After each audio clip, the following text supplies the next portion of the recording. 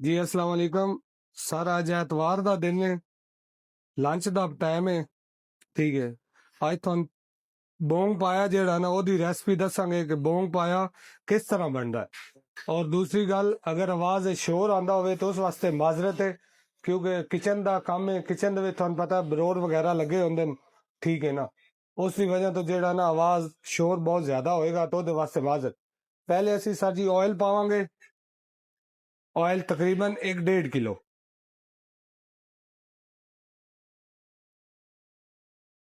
ठीक है सर, चुल्हा खोल देंगे।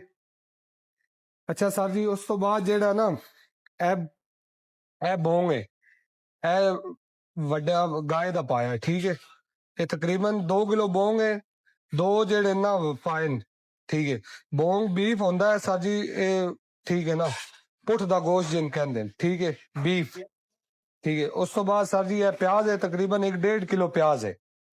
1 ਤੋਂ 1.5 kg ਜਿਹੜਾ ਨਾ, ਸਮਝੋ ਤੁਸੀਂ 1.5 ਕਿਲੋ ਹੀ ਪਿਆਜ਼ ਹੈ, ਠੀਕ ਹੈ।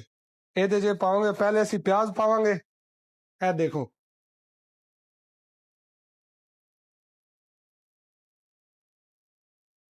ਉਸ ਤੋਂ ਬਾਅਦ ਸਰ ਜੀ ਨਾਲ ਹੀ ਅਸੀਂ ਜਿਹੜਾ ਨਾ ਇਹ ਪਾਇਆ ਤੇ ਬੋਂਗ ਪਾ ਦੇਾਂਗੇ, ਠੀਕ ਹੈ ਸਰ।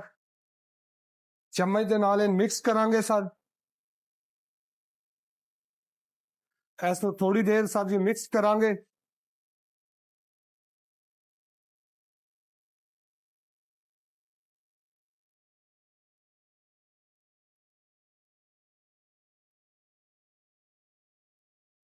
ਇਹ ਥੋੜੀ ਦੇਰ ਇਹਦੀ ਸਰ ਜੀ ਜਿਹੜਾ ਨਾ ਬੁਨਾਈ ਕਰਾਂਗੇ, ਠੀਕ ਹੈ ਨਾ। ਬੁਨਾਈ ਕਰਾਂਗੇ ਥੋੜੀ ਦੇਰ। ਅੱਛਾ ਸਰ ਜੀ, ਇਹ ਦੇਖੋ ਤੁਸੀਂ, ਬੁਨਾਈ ਹੋ ਚੁੱਕੀ ਹੈ ਹਲਕੀ। ਹੁਣ ਇਹਦੇ ਜਿਹੜਾ ਨਾ ਅਸੀਂ ਉਤੋਂ ਮਸਾਲੇ ਪਾਵਾਂਗੇ, ਠੀਕ ਹੈ ਸਰ।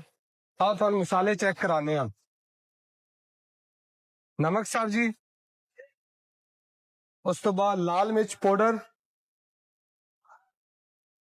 ਅੱਗੇ ਸਰ ਹਲਦੀ, ਸੁੱਕਾ ਧਨੀਆ ਸਰ ਜੀ ਕ੍ਰਸ਼ ਹੋਇਆ। ਉਸ ਤੋਂ ਬਾਅਦ ਜ਼ੀਰਾ ਕ੍ਰਸ਼। ਉਸ ਤੋਂ ਬਾਅਦ ਸਰ ਜੀ ਗਰਮ ਮਸਾਲਾ ਪਾਊਡਰ। ਉਸ ਤੋਂ ਬਾਅਦ ਜੀ ਸਰ ਜੀ ਇੱਕ ਪੈਕਟ ਜਿਹੜਾ ਨਾ ਸ਼ਾਨ ਮਸਾਲਾ ਪਾਇਆ ਸ਼ਾਨ ਮਸਾਲਾ, ਠੀਕ ਹੈ ਸਰ। ਇੱਕ ਪੈਕਟ ਇਹ ਪਾਵਾਂਗੇ, ਹੈ ਸਰ। ਉਸ ਤੋਂ ਬਾਅਦ ਸਰ ਜੀ ਮੋٹے ਮਸਾਲੇ, ਸਾਬਤ ਗਰਮ ਮਸਾਲਾ, ਠੀਕ ਹੈ ਸਰ ਜੀ। ਇਹ ਦੇਖ ਰਹੇ ਹੋ ਤੁਸੀਂ ਸਾਰੇ ਗਰਮ ਮਸਾਲੇ ਮਿਕਸ ਕਰਕੇ, ਠੀਕ ਹੈ। ਇਹ ਹੁਣ ਅਸੀਂ ਸੁੱਟਾਂਗੇ ਸਰ ਪਾਏ ਦੇ ਵਿੱਚ। ਬੋਂਗ ਪਾਇਆ ਸਰ, ਮਸਾਲੇ ਦੀ ਥੋੜੀ ਬੁਨਾਈ ਕਰਾਂਗੇ।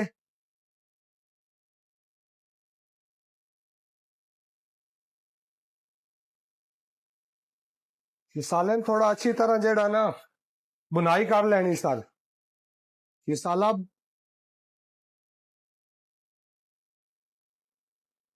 ਤੁਸੀਂ ਇਹ ਟੈਨਸ਼ਨ ਨਹੀਂ ਲੈਣੀ ਕਿ ਪਿਆਜ਼ ਕੱਚਾ, ਪਿਆਜ਼ ਜਿਹੜਾ ਨਾ ਗਲੇਗਾ ਕਿਸ ਤਰ੍ਹਾਂ ਵਿੱਚ।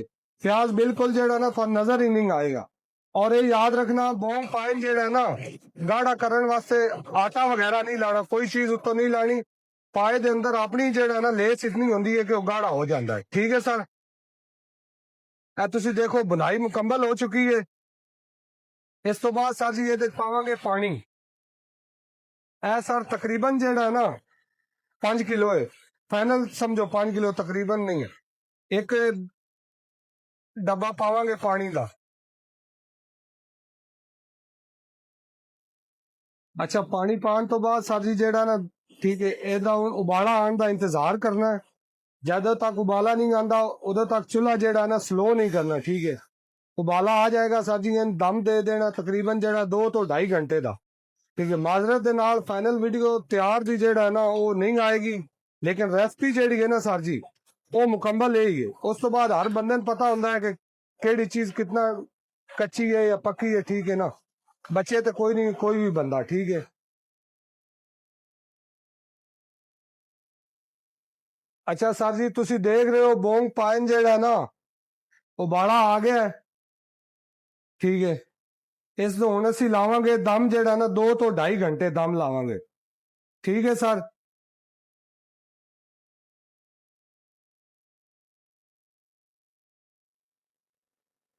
ਇਹ ਦਮ ਲੱਗ ਗਿਆ ਸਰ ਜੀ ਇਹ ਚੁੱਲ੍ਹੇ ਦਾ ਜਿਹੜਾ ਨਾ ਗੈਸ ਇੱਥੇ ਰੱਖਣੀ ਹੈ, ਇਸ ਤੋਂ ਜ਼ਿਆਦਾ ਤੇਜ਼ ਨਾ ਹੋਵੇ।